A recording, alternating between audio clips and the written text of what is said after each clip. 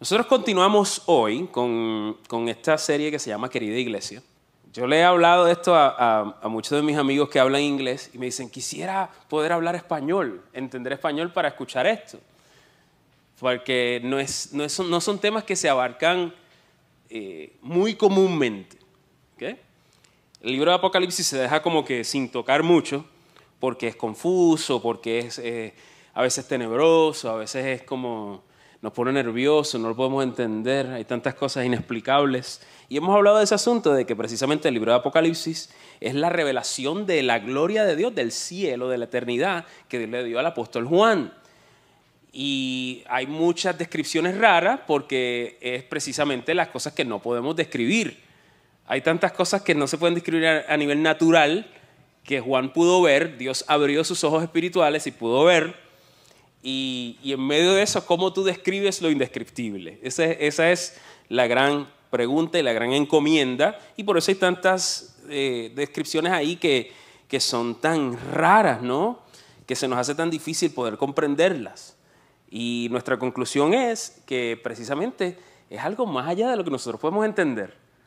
¿Cómo podemos nosotros comprender la magnitud de Dios con nuestra mente finita? No podemos, completamente. Y tan pronto se introduce el libro de Apocalipsis, prácticamente de inmediato va en los capítulos 2 y 3 a una serie de mensajes o cartas que le hace Jesús a las iglesias. Y le hace a 7 iglesias que estaban establecidas en ese tiempo. Y por eso es que esta serie que estamos haciendo tiene 7 partes. Estamos dedicando un día a cada uno de esos mensajes, a cada una de esas iglesias que encontramos ahí en los primeros libros de Apocalipsis. La primera fue, ¿se acuerdan? A ver quién se acuerda. La primera es la iglesia de... Ay, no se acuerda nadie. Oye, y eso que esa sí ya la puse, esa predicación. Esa es la iglesia de Éfeso, es la primera. La iglesia de Éfeso, y la iglesia de Éfeso, el mensaje central que es Jesús hablándole a las iglesias. El mensaje central les recuerda o les trae de nuevo el concepto del primer amor. El concepto del primer amor a la iglesia de Éfeso, tienes que amar como al principio, el primer amor. Luego le habla a la iglesia que se llama la iglesia de Esmirna, esos son los nombres. Y en la iglesia de Esmirna, el tema central de la carta de Jesús a esa iglesia les habla sobre el sufrimiento. Mira, yo he hecho referencia a esa predicación en muchas conversaciones últimamente, porque si hay algo que no se habla tampoco mucho, o se habla como que ya llegaste a Dios, llegaste al Señor y el objetivo es ya no hay más sufrimiento. Se acabó el sufrimiento. Si hay sufrimiento en tu vida, algo estás haciendo mal. Eso no es lo que dice la Biblia. La Biblia dice que el lugar donde no va a haber sufrimiento es ¿dónde? En la gloria de Dios, allá en el cielo. En esta vida hay sufrimiento. Y cuando pasamos por sufrimiento de la mano de Dios, nos empezamos a parecer más a Cristo. Así que el sufrimiento no necesariamente es netamente malo. ¿Ves? Porque cuando lo pasamos agarrados de Dios, cuando lo pasamos caminando con el Señor, entonces dice la Biblia, lo dice el apóstol Pablo, lo dice el apóstol Pedro, dice que participamos de los sufrimientos de Cristo. Interesantísimo. La tercera iglesia que cubrimos fue la iglesia de Pérgamo. Esa fue la última que hicimos, la iglesia de Pérgamo. Ahí al contrario, hay algo que se proyecta en este mundo como netamente positivo, pero vimos que no necesariamente es así, que habla sobre la tolerancia. Y la tolerancia se comunica como algo que todos tenemos que cultivar. Todos tenemos que cultivar la tolerancia. Todos tenemos que hacer la tolerancia el eje central de nuestra vida. Y la palabra de Dios nos dice que eso no necesariamente es así, porque nosotros no podemos tolerar lo que Dios no tolera. Si Dios no lo tolera, nosotros tampoco lo debemos tolerar. Sería un error. Amar, sí. Tener paciencia, sí. Poder cubrir a las personas, sí. Pero tolerar implica el aceptar ciertas cosas. Y hay cosas que Dios no acepta y por lo tanto nosotros tampoco. El principio central ahí era lo que tú toleras, no lo cambias. Lo que tú toleras no lo cambia. Hay cosas en nuestra propia vida, en nuestro entorno, que nosotros no podemos tolerar, porque si no van a arraigarse y a permanecer ahí mucho más de lo que el Señor quiere que permanezca. Y hoy nos toca la cuarta de las iglesias, que contiene, te puedo decir, uno de los mensajes más complejos y profundos de todos estos 7 mensajes, y voy a tratar de hacerlo en el mayor breve tiempo posible. Vamos a ver si me sale esto. Y es la iglesia de Tiatira, se llama esto. La iglesia de Tiatira. Esta está en Apocalipsis capítulo 2, verso 18. Ve conmigo ahí. Del 18 al 29. De hecho, este mensaje, si se dan cuenta cuando lo abran, es un poquito más larguito que los demás. Y es bastante cargado de algo muy importante, que quiero que abras tus sentidos para que puedas entender lo que Dios nos está diciendo a través de su palabra aquí. ¿Ok? Tienes que concentrarte, tenemos que concentrarnos en la palabra de Dios. Por eso la Biblia nos dice que meditemos en ella de día y de noche, porque requiere una disciplina desarrollar en nuestra vida para poder recibir la revelación de Dios. Apocalipsis 2, 18 al 29, leo en Nueva Traducción Viviente y dice de esta manera, dice verso 18, escribe esta carta al ángel de la iglesia de Tiatira. Este es el mensaje del Hijo de Dios, el que tiene los ojos como llamas de fuego. ¿Ves? Cuando nosotros cantamos esas cosas, tus ojos son como llamas de fuego. Eso no es simplemente algo que les invierte. Eso es Biblia. ¿Ok? Eso es Biblia. ¿Ok? Y ahí vemos una de esas ocasiones en que lo dice. Y los pies como bronce pulido. Yo sé todo lo que haces. He visto tu amor, tu fe, tu servicio y tu paciencia con perseverancia. Y veo tu constante mejoría en todas estas cosas. Tremendo, ¿no? Verso 20 dice, pero tengo una queja en tu contra. Cada vez que yo leo estas cartas de Jesús a las iglesias y leo cuando dice esa frase, siempre tiene un impacto en mi espíritu, tiene un impacto en mi ser. Que Jesús esté diciendo, Adrián, he reconocido esto y esto, pero que Jesús, el Hijo de Dios, te diga así de frente, pero Adrián, tengo una queja contigo. Ay, se sintió como fuerte, ¿no? El decirlo así a nivel personal. Pues eso es lo que está haciendo Jesús aquí.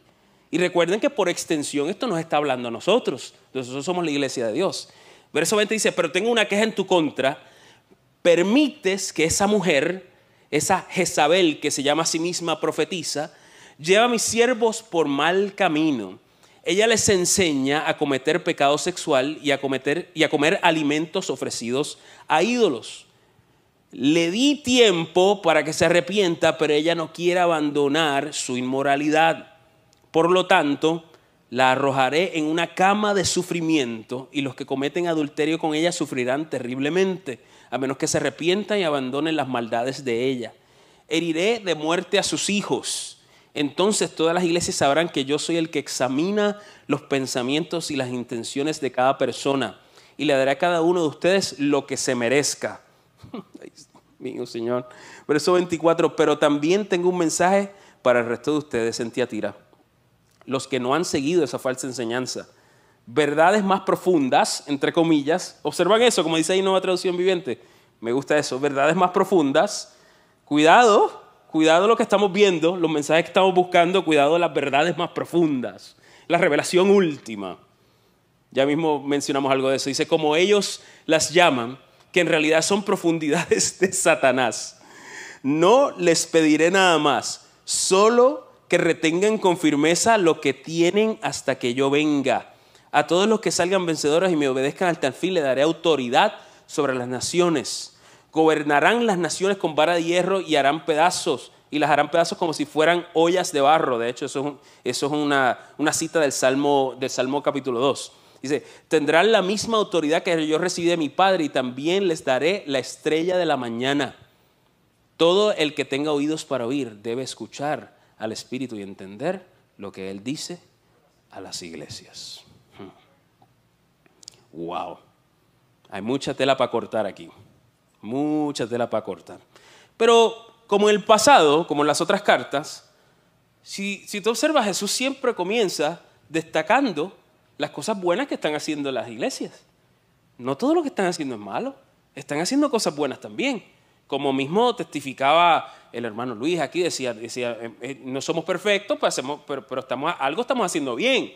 Qué bueno, y nosotros todos nos podemos identificar con ese sentir, porque en nuestra propia vida, si estamos aquí y nos dice, pues oye, yo estoy aquí, pero no estoy vendiendo droga, no estoy ahí delinquiendo en la calle, no estoy haciendo nada de eso, no estoy haciéndole trampa a la gente, estoy aquí en la casa del Señor. Y pues entonces, pues algo estamos haciendo bien, chévere. Y el Señor dice, sí, yo me doy cuenta de eso. Lo que Dios le está diciendo aquí a la iglesia, nos dice a nosotros también, es que Él no deja de notar y resaltar las cosas buenas que hacemos. Dios sí nota las cosas buenas que hacemos, pero debemos entender que lo bueno que hacemos no es suficiente para alcanzar la justicia de Dios. Ese es el detalle importante, no es suficiente. Uno de los ejemplos que me gusta usar siempre es como una prueba, digamos que hay una prueba física para pasar un examen, una prueba de educación física, y la prueba te dice que tienes que hacer cierto número de sentadillas, por ejemplo. Y viene alguien que está en buena forma, que se ejercita, y dice, oye, en un minuto, ¿cuánto yo puedo hacer en un minuto? En un minuto yo puedo hacer 100, 120. Alguien que está bien en forma. Y yo con esta forma que tengo ahora mismo, yo puedo decir, yo en un minuto pues probablemente me muero, pero a lo mejor 10 o 12 puedo hacer. Y el que hace 100, 120 se siente bien grande, dice, yo puedo hacer 120. Y sin embargo viene el que está haciendo la prueba y le dice, ok, pero el requisito es 1000 en un minuto. Y entonces todo el mundo dice, no importa cuán capacitado tú estés, ¿quién puede cumplir con ese requisito? Nadie, es imposible. Esa es la justicia de Dios. La justicia de Dios es un estándar demasiado de alto que ninguno de nosotros somos capaces de cumplir. Por eso cuando la gente dice, es que yo soy una persona buena, yo le digo, ¿sabes qué? Eres bueno comparado con el asesino, pero delante de Dios todos nos quedamos cortos. Todos nos quedamos cortos. No, lo bueno que nosotros hacemos no es suficiente para alcanzar la justicia de Dios. Y tenemos que entender eso. Cuando Dios está haciéndole notar las cosas que están haciendo bien, es Él confirmándonos, sí, Él se da cuenta de nuestro esfuerzo, se da cuenta de las cosas que le hemos sí entregado a Dios. Pero te dice, ojo, no te recuestes de ese lado, como decimos. No te creas que por hacer diferentes cosas buenas, porque la Biblia dice algo, dice que bueno solamente hay uno y se llamó Jesús. ¿Qué? Solamente hay uno, Jesucristo, el único bueno. Todos nosotros somos malos, ¿ok? Porque podemos hacer 10 cosas buenas, pero naturalmente de nuestra naturaleza pecaminosa van a salir 100 cosas malas.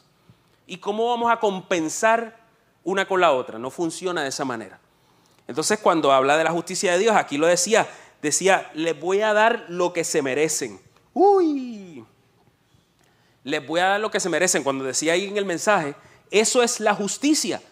Cuando nosotros decimos que Dios es justo, ¿cuántos lo han dicho? Lo han cantado, lo han leído en la Biblia. Tú eres justo, Señor. ¿Sabes lo que es justicia? Dar lo que se merece. ¿Y qué nosotros nos merecemos? ¿Qué tú y yo nos merecemos? La muerte. Eso es lo que nosotros nos merecemos. Bíblicamente nos merecemos la muerte, porque el pecado que hay en nuestra vida inevitablemente lo que engendra es muerte. Eso es lo que nos merecemos. Por eso es que nuestra justicia a nivel de este mundo es diferente. La justicia de Dios es perfecta, es justicia real. Al final todos estaremos ante ese trono de justicia. Todos estaremos ante ese juicio, ante ese trono de justicia. ¿Y qué vamos a hacer en ese momento? Pues vamos a leer, vamos a seguir leyendo. Entonces nosotros vamos notando nuestra insuficiencia. Las cosas que no son de Dios, a las que les hemos dado entrada. Las cosas que le hemos dado paso, que le hemos dado entrada. En el caso de Tiatira, ellos le dieron lugar entre ellos a un espíritu que no es de Dios y que tiene nombre. Y ese nombre es Jezabel. Hay mucho que nosotros podemos discutir de esto. Muchísimo, muchísimo. Así que lo que voy es a darte la superficie de lo que es esto. Ahí.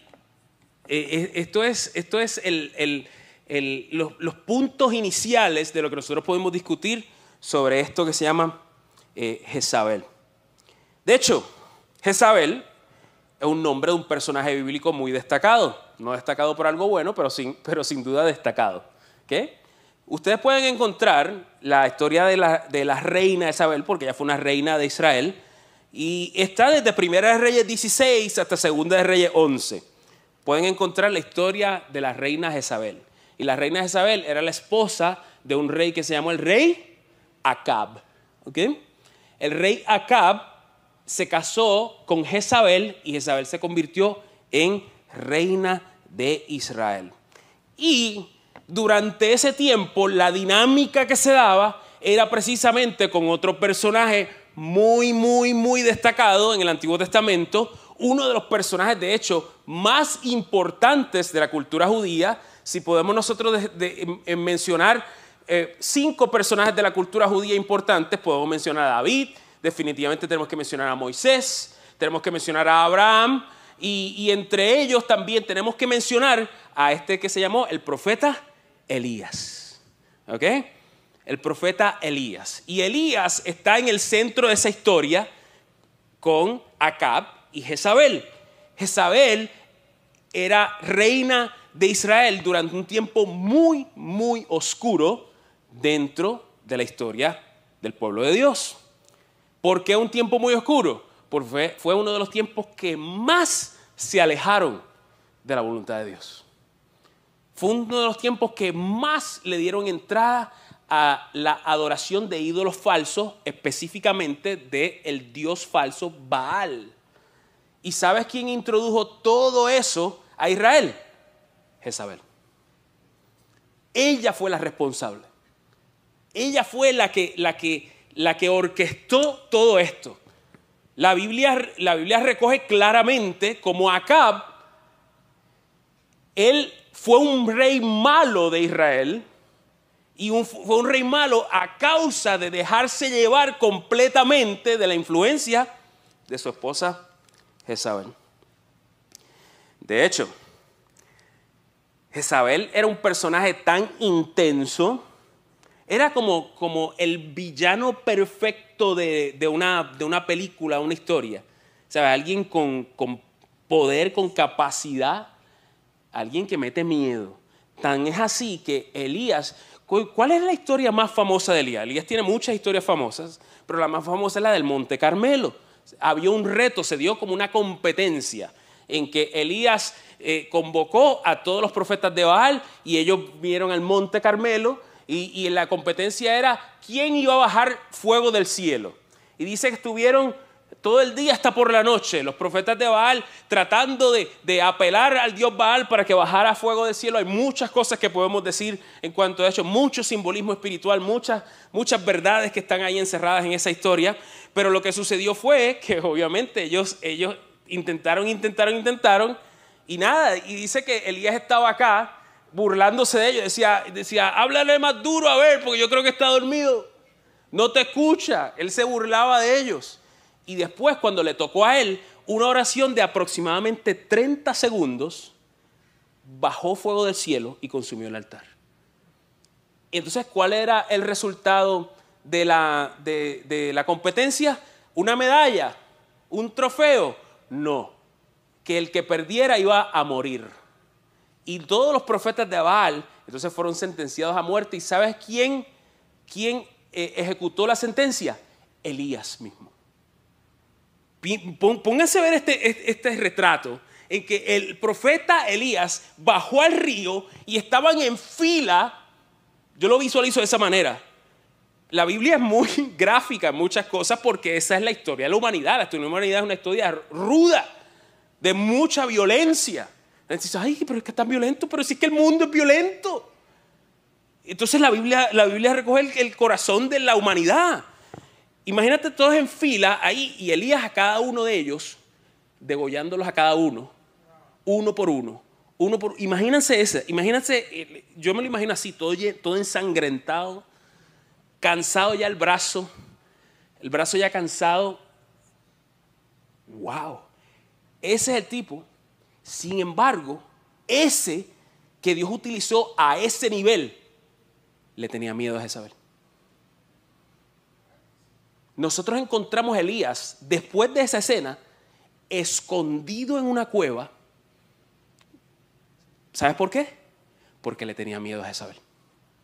Imagínate si esta mujer era poderosa, era brava y era muy mala. Que este profeta de Dios, que Dios lo utilizó a ese nivel, le tenía miedo. ¡Wow! Al punto que la Biblia luego establece a Jezabel no solamente como un personaje de la historia, sino como un espíritu. El espíritu de Jezabel. ¡Wow! Qué tremendo, ¿no? Punto importante en esto. Y de hecho, hay muchísimo que nosotros podemos hablar de esto, como le estoy diciendo. Yo acabo de terminar hace unas semanas atrás uno de los libros que me terminé recientemente. Fue un libro completo, así de grueso, que es únicamente de este tema. Únicamente del tema de Jezabel, Acab y Elías. Y la dinámica. El libro se llama New Days, Old Demons, se llama en inglés. Días nuevos, demonios viejos, se llama. Libro buenísimo. Que el autor, un pastor, el escritor, él desglosa completamente el carácter de cada uno de esos personajes, especialmente el de Jezabel. Y por consecuencia el personaje de Acab también, que permitió que eso sucediera. Así que podemos discutir si hay un libro completo que me acabo de leer y muchos estudios. En unos minutos nada más solamente podemos discutir algunos puntos. Pero un punto importante es, porque estamos hablando de espíritus, ¿no? Un punto importante que debes entender es que el mundo espiritual es real. El mundo espiritual es real. Nosotros, y Wanda lo ha contado muchas veces, yo me puedo sentar contigo y hacerte historias no que me contaron a mí, sino que yo vi con mis propios ojos. Yo he estado en lugares de gran opresión. Nosotros hemos estado involucrados en movimientos de Dios, que Dios de verdad hace obras sobrenaturales de libertad. Gente, yo con mis propias manos he desmantelado altares de santería. Con mis propias manos. Yo lo he hecho. Yo he visto gente manifestando ataduras espirituales, demonios, de manera que yo soy un tipo súper racional, ¿sabes? Ustedes ya me van conociendo. Los que están más cerca y yo me han conocido por más tiempo. Yo no me voy a dejar llevar por tantas cosas, yo siempre le busco una explicación a los asuntos, pero entiendo que el mundo espiritual es real. Y hay cosas que simplemente la lógica ya no cuadra. Yo he visto cosas que no tienen sentido, que desafían las leyes de la naturaleza, que van más allá de lo que nosotros podemos explicar. Todas esas cosas yo las he visto. Hace no tanto tiempo que algunos me contaban alrededor de Halloween que veían cosas y veían algunas manifestaciones en las casas y demás. Yo le dije, mira, yo he visto, eso es nada, comparado con las cosas que el Señor me ha permitido ver en otros momentos. Yo he visto todas esas cosas. El mundo espiritual es real, es real. ¿Y sabes qué? ¿Cuál es la diferencia? Si no estamos bajo el señorío de Cristo, estamos susceptibles precisamente a influencias demoníacas. Y eso seleccioné con cuidado esas palabras. ¿Ok? Mira cómo lo puse. Si no estamos bajo el señorío de Cristo.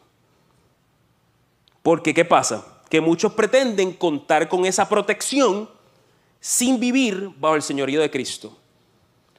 Una medalla no es el señorío de Cristo. un verso bíblico no es el señorío de Cristo. El que tú simplemente invoques el nombre de Jesús no es el señorío de Cristo. ¿Ok?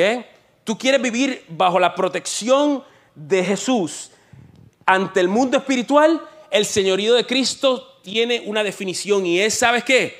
Obediencia a Él. Eso es señorío. Señorío es que Él es mi Señor, y si Él es mi Señor es que yo le obedezco. Cuando yo vivo bajo el señorío del Señor, vivo bajo su autoridad. Y si yo vivo bajo su autoridad, ¿sabes qué pasa? Como en mi casa nosotros estamos seguros que vivimos bajo esa autoridad, nada de estas cosas a mí me quitan el sueño. Puedo ver las manifestaciones y las he visto frente a mi cara y no tengo la menor duda de que eso a mí no me afecta. ¿Por qué? ¿Porque yo soy un bravo? No. Al contrario, porque conozco y reconozco que yo no puedo. Jesús sí, y yo vivo bajo su señorío. Vivo bajo su señorío. Esto no es un encantamiento. Esto no es superstición. Que mencione Jesús, Jesús, Jesús, Jesús. A ver si se va. Los espíritus chocarreros, ¿no? Esto no funciona de esa manera. Si tú vives bajo el señorío de Jesús, entonces vives bajo su protección. Porque si Jesús no es tu Señor, verdaderamente, entonces estás peleando en tus propias fuerzas. Y el problema es que en tus propias fuerzas no vas a poder. No vas a poder. Yo estoy convencido de que una de las cosas que sucede en nuestro tiempo es que incluso dentro del mundo que llamamos iglesia, en el tiempo contemporáneo, y en la sociedad en pleno, a veces nosotros pensamos en la tribu, pensamos en África, pensamos en el vudú haitiano, pensamos en la santería de nuestros países latinoamericanos. Pero yo estoy convencido de que hoy en día la gente vive súper atada espiritualmente. Hay mucha atadura. Hay mucha atadura espiritual. Hay mucha atadura espiritual y sin embargo estamos en un tiempo en que esto que yo estoy hablando hoy casi no se habla en las iglesias. Y te voy a decir otra cosa, más allá. Se habla poco en las iglesias hispanas. Se habla casi cero en las iglesias americanas. Y el mundo espiritual sigue siendo real. Sigue siendo real. Entonces, ese espíritu de Jezabel se resume en lo siguiente. El espíritu de Jezabel es, entre otras cosas, pero principalmente, vuelvo y te digo, un libro completo me acabo de leer desglosando lo que es el espíritu de Jezabel. Pero una de las principales ejes del espíritu de Jezabel es la manipulación. La manipulación.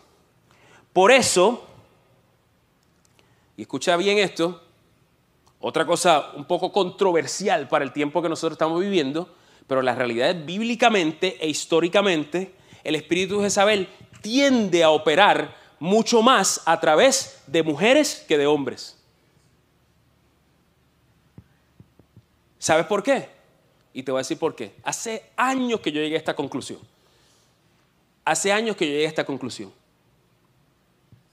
Cuando una mujer determina manipular a un hombre, solamente Dios y la libertad de la sangre de Cristo detiene ese proceso.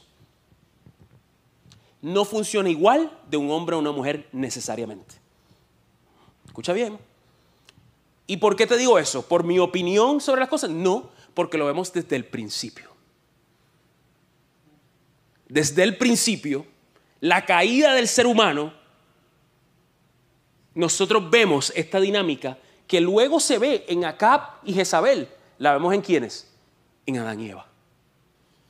En que Adán cedió su lugar y la que estaba cantando las cosas, lo que se iba a hacer era Eva. Y nunca ese era el orden de Dios. Nunca ese fue el orden de Dios. Siempre Dios lo estableció de manera correcta. Y Adán relegó su responsabilidad y se convirtió en un seguidor, cuando Dios lo llamó a ser líder. No es que el espíritu de Jezabel nunca se manifieste en hombres, no, también. Pero si lo vemos a nivel bíblico y a nivel histórico y a nivel presente también, vemos como eso es una tendencia muy, muy clara. Cuando una mujer maquina para manipular a un hombre, los resultados son terribles. Terribles. Escucha bien, por eso te dije, estamos en aguas profundas. ¿Ves? Lo que nos dice la palabra. Una de las artimañas o de las estrategias principales de la manipulación es precisamente, y ahí lo menciona en esa advertencia que le da Dios a la iglesia, es la manipulación a través de la sexualidad. Por eso nosotros vemos una hipersexualidad en nuestro tiempo. ¿Por qué todo tiene que ser sexo? Todo. O sea, para venderte una aspiradora, para venderte unos chicles, para venderte todo. ¿Por qué? Porque es una herramienta perfecta para la manipulación. Y los reyes del mercadeo, de hecho, en ese mundo opera muchísimo un espíritu de Jezabel. Muchísimo. ¿Por qué tiene que ser de esa manera? No tiene que ser de esa manera. ¿Qué tiene que ver una mujer sexy con vender una aspiradora? Nada. No tiene que ver nada. Sin embargo, lo hacen. ¿Por qué? Porque es una de las artimañas principales para la manipulación. Para la manipulación. Hemos hablado nosotros acerca de precisamente de tantas cosas que se dan en nuestro tiempo. De cómo en las redes sociales, el internet está hipersexualizado. Cómo la pornografía tiene tanto arraigo en tantas personas. Destruye. ¿Por qué destruye? Porque estás, mira, en las garras de Jezabel. Manipula. Y la manipulación siempre lleva a la destrucción. El resultado de la manipulación del espíritu de Jezabel siempre, ¿sabes cuál es? División. Hay división. Mira, yo aprendí precisamente hace muchos años atrás, precisamente del invitado que vamos a tener dentro de poco, del pastor Omar Herrera. Él me enseñó esto y se los enseñó hoy. Él me dice: Nelo, la gente confunde este concepto y tiende a pensar que la división es un espíritu. La división no es un espíritu. La división, por definición, es dos visiones. ¿Ves? Es dos visiones. Hay una visión que el Señor nos ha dado y una visión que el Señor le ha dado a alguien, y de momento se empieza a colar una agenda por acá. Tras bastidores, detrás del trono. ¿Ves? En lo oculto, detrás de la cortina. Ahora, ¿cuál es el espíritu que opera en eso? El espíritu de Jezabel. Un espíritu de manipulación que funciona tras bastidores, que funciona como el poder detrás del trono. Esto, de hecho, no únicamente, esto nos aplica a todos, pero ciertamente es un llamado para nosotros los hombres. Es un llamado para nosotros los hombres. Porque una de las cosas que sucede en nuestro tiempo es precisamente lo que se llama la emasculación de los hombres. ¿Qué es la emasculación de los hombres? Que se demoniza la masculinidad que Dios mismo nos ha dado. Entonces quieren que nosotros seamos suaves todo el tiempo. La emasculación no es otra cosa, no es solamente la feminización de los hombres. Tiene que ver con eso, pero tiene que ver específicamente con quitarle la honra, el honor y la autoridad que Dios mismo le ha dado a los hombres ¿Y qué hacemos en cuanto a eso? Entonces relegamos la responsabilidad. ¿Cómo cuándo? Como al principio. Como al principio. ¿Por qué tú crees? Mira las tendencias que nosotros vemos hoy. En todo este asunto de ideología de género y de tanto que tanto yo les hablo. ¿Qué es lo que tú ves? Tú ves hombres feminizados y mujeres masculinizadas. ¿Qué tal? Pero ¿cuál es el avance ahí? ¿Cuál es el avance? No hay ningún avance, sino es una agenda de destrucción. Una agenda de destrucción. Tenemos que entender que el mundo espiritual es real, gente.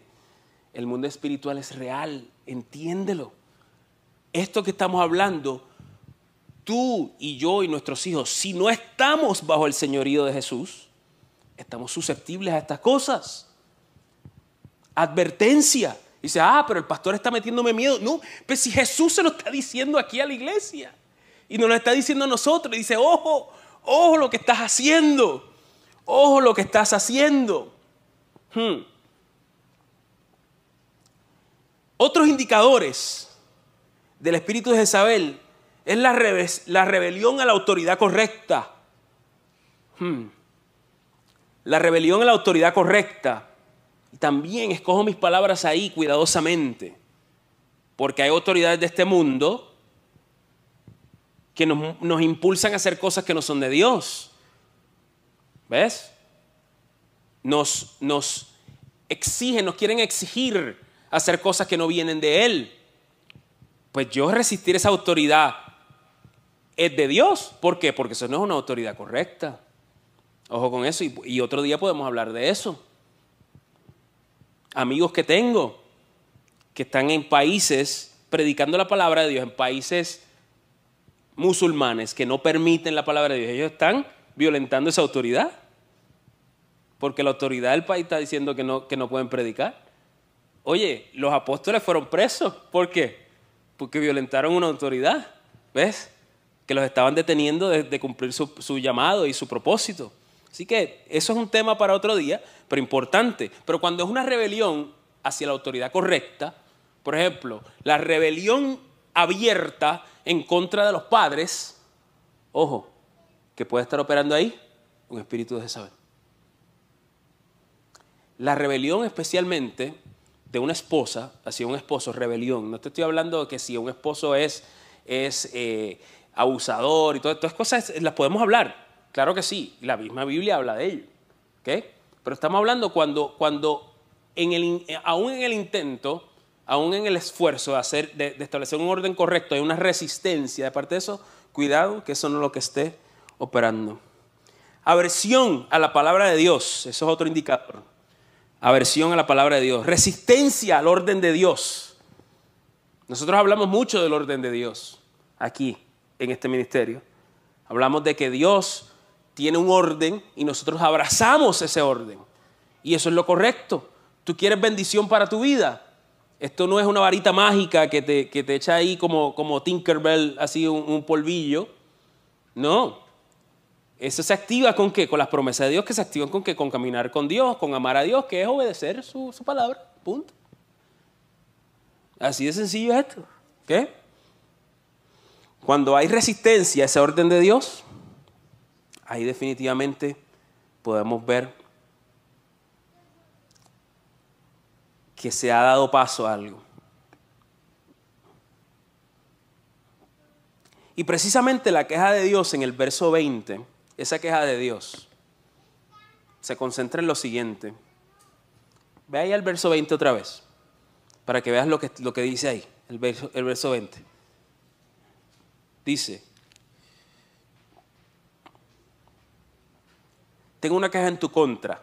¿Y qué palabra utiliza ahí? ¿Qué dice? Permites. Presta atención a los detalles de la palabra de Dios. Pasamos por alto muy rápido, leemos muy rápido y se nos olvida que hay algo que nos está queriendo decir Dios ahí. Dice, tengo una queja en tu contra y es que permites. Permites que esto tenga lugar en ti y en tu casa. ¿Qué es lo que nos está diciendo Dios aquí entonces? Que nosotros estamos permitiendo cosas que no son de Dios. Que nosotros estamos dándole paso, muchas veces le hemos dado paso a asuntos que no vienen de Dios. La pregunta de hoy es la siguiente: ¿qué estás permitiendo en tu vida? Cierra tus ojos ahí, porque hoy es día de renuncia. Al mismo tiempo hoy es día de libertad. Hoy es día de libertad.